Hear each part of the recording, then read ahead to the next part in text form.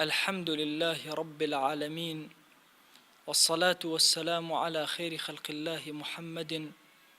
وعلى آله وأصحابه الكرام وتابعيهم بإحسان إلى يوم الدين. خوايا طاعة وعبادتي أمان قبير وزمان لقبولك، خوايا لذتي عبادتك كان بخر ظلمانوا، خوايا ظلمان وابستي مزقوت كانت بك، خوايا هدايتي قنجان من بدا، خوايا حرمتي بيركان من زياتر بك، ئەوەی منداڵی نییە خوایە مناڵی پێ ببەخشە، خوایە ئەوەی کە منداڵی هەیە مناڵەکانی ساڵح بکە. ئێمە لەم مانگەدا هەسمان بە دینداریەکی زیاتر کردووە. دەبینی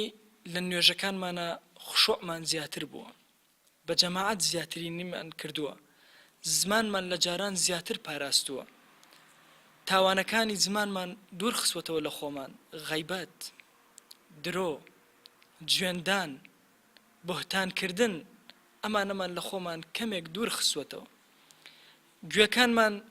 زۆر کات بە قورئانەوە خەریک کردووە، دوورمان خستوەتەوە لە گۆرانی، چاوەکانمان لە حەرام پاراستووە، حەڵاڵەکان و جوانیەکانمان پێبینیوە، لە خزمەتی قورئانە قورئانی بینیوە، دەستمان سەخاوەتی زیاتر بووە، دوورمان خستوەتەوە لە خراپەکاریەکان، قاچمان خەیری زیاتر بووە، هەنگاوی زیاتری بۆ تاعەت و عیبادەت ناوە، سەردانی نەخۆشمان کردووە، سەردانی خزم و کەسوکارمان کردووە، دراوسێمان بەسەر کردووەتەوە، بە قاچەکانمان چون نوێژی جەماعەتمان جێبەجێ کردووە، خەیری قاچەکان زیاتر بووە لە کاتەکانی تر. جا بزانە ئەمانە هەموو عیبادەت و خواناسین، ئەمانە ئینسان لە خواناسیەوە دەستگیری ئەبێ. بەروبوومی درەختی ئیمان بریتە لەمانە کە تۆ ئەیبینیت کە لە مانگی ڕەمەزانە تۆ خۆتی تێدای. بزانە هەموو خواناسینیش بەرهەمێکی زۆر گەورەی هەیە. خواناسین خۆی بۆ خۆی ئەمانە دەلیلی خواناسینن، خواناسینیش بەرهەمێکی هەیە، بەروبوومێکی هەیە کە دەستگیرت ئەبێ. بەروبوومەکە بریتە لە نقطەیەکی زۆر گەورە، شتێکی زۆر گەورە، ئەویش بریتە لەوەی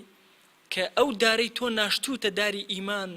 کۆمەڵی میوەی زۆر جوانی گرتووە. میوەکان بریتین لە زیکرکردن، یادی خواکردن. یادی خوا بەروبوومی خواناسینە، زیکری خوا بەروبوومی خواناسینە. بەڵام ئێمە زیکر ئەنواعی هەیە، زیکرێکمان هەیە موەققەتە بە کاتەکان، زیکری دائیمیشمان هەیە. زیکری موەققەت بە کاتەکان، کاتێک کەوا نانەخۆی بسم الله الرحمن الرحیم، کاتێک کەوا نان تەواوەکەی الحەمد لله، کاتێک کەوا ئاوێک ئەخۆیتەوە بسم الله و الحەمد لله، کاتێک یەیتە ناو مزگەوتەوە بسم الله. ئەم هەموو زیکرەی کە پێغەمبەری خوا صلی الله عليه وسلم تەوزیعی کردووە،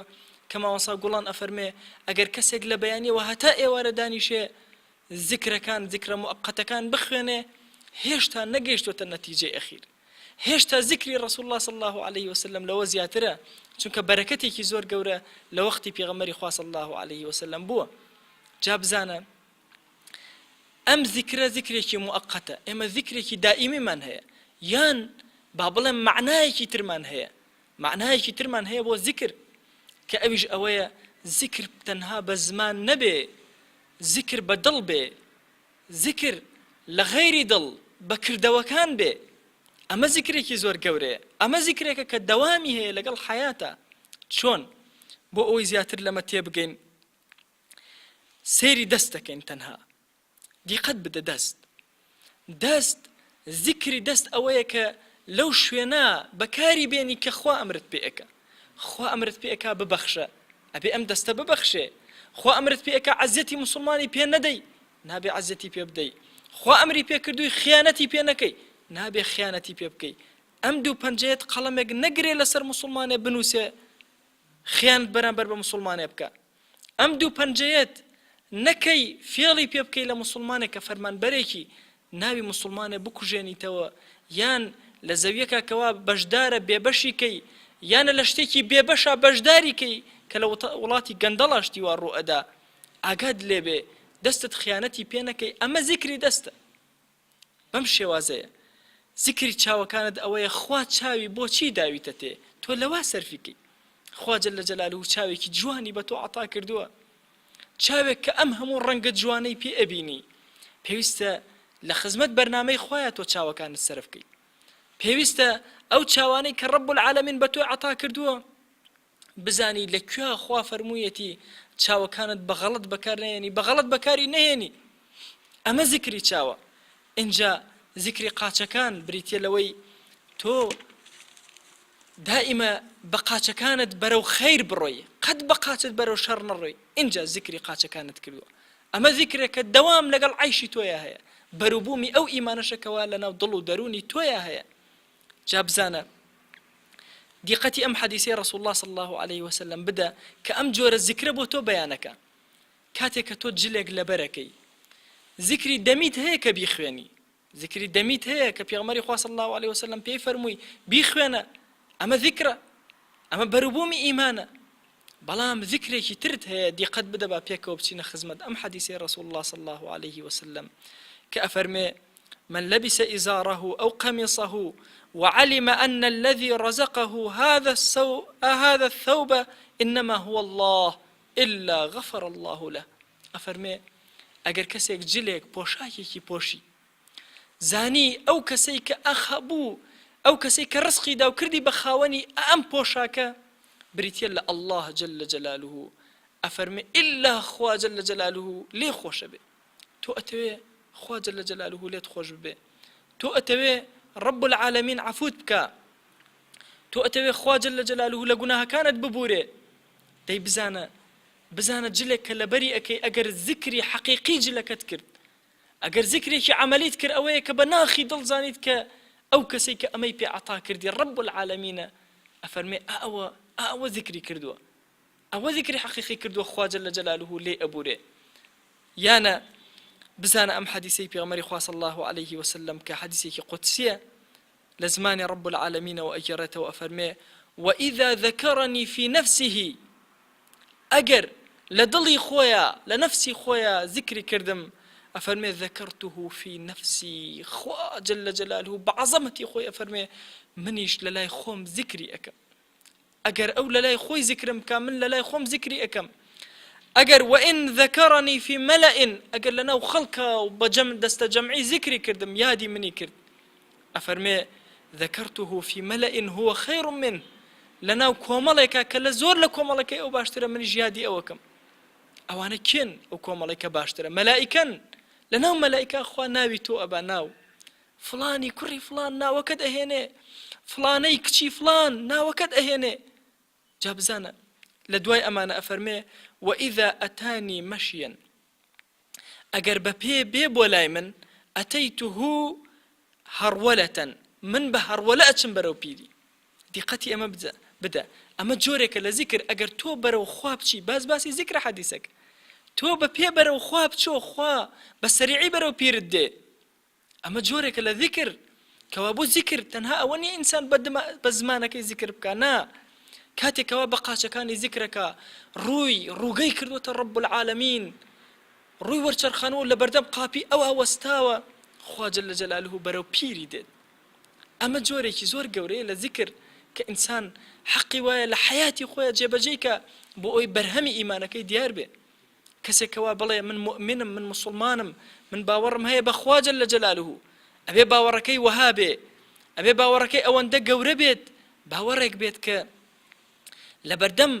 لبردم أو نعمة جوانانيا كرب العالمين بي بخشيوة باوركي برهميكي زوري قرت به أخلاقياتي قوري به فلسفي أم دينا أو هايا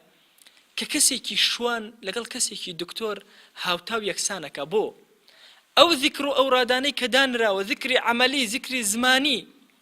بو شوانك دانرا وبو دكتوريكيش كهردوك خوان ديان يك مساوين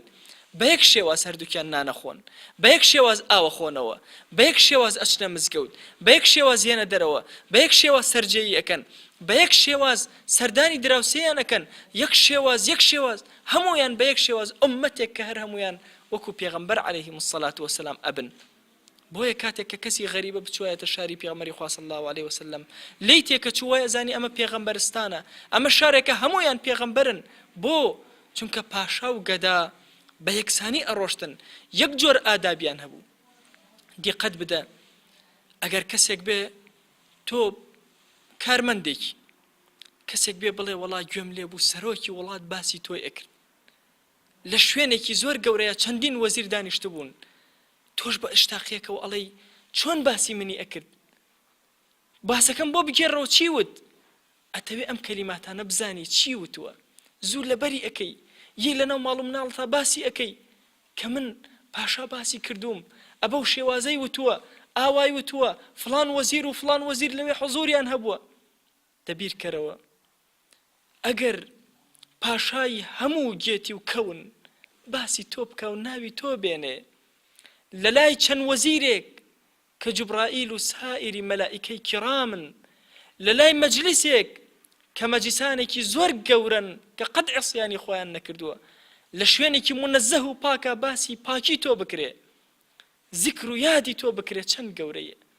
چەند ئەبێت دڵخۆش بین بۆ شتێکی بچووکی دنیا ئەوە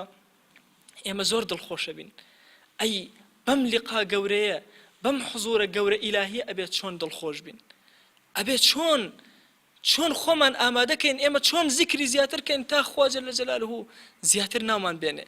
ئەگەر مۆزەفێک پێی بوترێ پاشای گەورە پاشای شار خەڵاتت ئەکا لەبەرەوەی کارەکانت زۆر ڕێک و پێک ئەنجام داوە و باسی ئەوت بە چاکە کردووە لە هەموو شوێنێک باسی ئەکە و زیاتر هەوڵەدا چاکە کار بێ دەی ئێمەش ئەگەر ذیکری خوا بکەین ذکر بە کردەوە ذکر بە زمان بە دڵ ئەگەر ئەم کردەوە جێبەجێ بکەین خوا جەل جەلالوهو بە گەورەی و عەزەمەتی خۆی لەناو مەلائێکی زۆر گەورەیە باسمان ئەکا چەند خۆشە ئینسان کاتێکەوە ئەگاتەوە بە حوزوری مەلائیکە ناوی ئەزانن ناو چونکە خوا جەل جەلالوهو باسی ئەمی کردووە ئەم زۆر باسی خوای کردووە لە ساحەی مەحشەرە ئەوەستێ هەموو مەلائیکە ناوی ئەزانن چەندین جار پاشای گەورە ناوی بردووە کاتێکەوە عەرزی حیسابە و کتابە لەسەری ڕاگیراوە ئەبێ بوەستێ انتظاری ئەوە کە ها کام لای بکەوێتە عەرز چاکە یا خراپ انتظارەکە کام لا قورستر ئەبێ چەندین مەلائیکە لەو شوێنەدا ناوی ئەزانن سەلەوات بۆ ئەو ناوەی ئەنێرن ئێمە پێویستمان بەوەیە کە لە ڕەمەزاندا دڵێکمان هەبێکەوە دائیمە یادی ڕەب العالەمینی تیابێ زمانێکمان هەبێ دائیمە شکری خوا جەل جەلالوهو بکات بۆ ئەوی لەزەتی دینداری کەین بۆ ئەوی خۆشی دینداری ببینین بزانین کە دینداری چ نعمەتێکی گەورەمان ئەداتێ ئەمە نعمەتێکی زۆر گەورەیە کاتێکەوە دڵی ئینسانی ئیماندار هێواش ئەکاتەوە بزانە لە هەموو کەونا لە هەموو کەون گەورەتر بریتێ لە ئینسان کائینێکی زۆر گەورەیە ئەم ئینسانە شتێک هەیە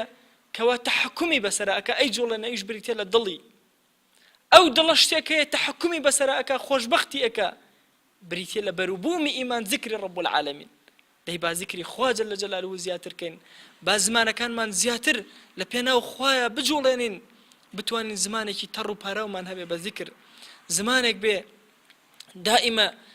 دائیمە یادی کەسێکی پێ بکەین کەوا خاوەنی ئەوە بێ کە یادی بکەین